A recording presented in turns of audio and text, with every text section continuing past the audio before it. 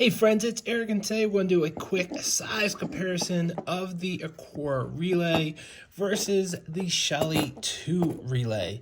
Now, one of my concerns when I first got the Aqara one was the size of this bad boy.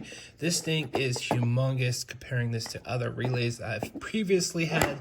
I've had a few Shellys and they're all around this size. Maybe some a little bit bigger, some a little bit smaller. But I just worried that if I try to put this into an electrical box, no matter if it's an outlet or a switch, that there is not enough room for this bad boy.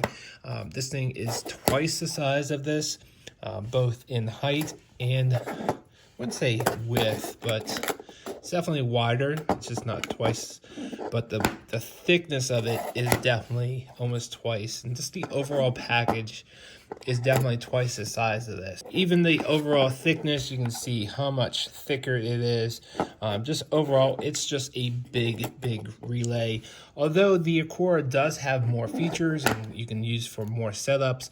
This is Zigbee, where this is Wi-Fi. This also is native to HomeKit or Apple Home, and this is not, even though it's pretty easy to get into Apple Home via a firmware update, even though it's not native.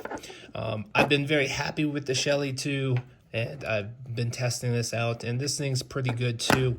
And for those who are wondering, the Aqara T2 is not UL listed, it is ETL listed, which is a lot easier to get certification for.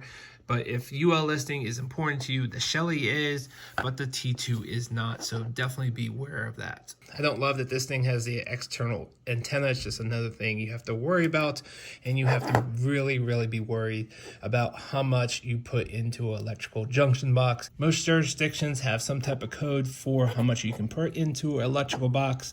I'm not a licensed electrician whatsoever, so you definitely want to consult a professional, but it's definitely a concern of mine when I started putting this into electrical boxes that seemed you really had to stuff everything in there, and it's known that you don't want to stuff everything in there. You want to make sure that the wires and a relay like this has room to breathe, so if it does have a little bit of heat, it doesn't build up and cause any issues whatsoever. So just be aware of the size of this.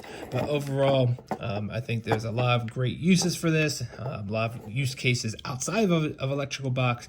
But if you are putting this in an electrical box, just be aware that you don't want to stuff this in with a bunch of wires and make it really tight.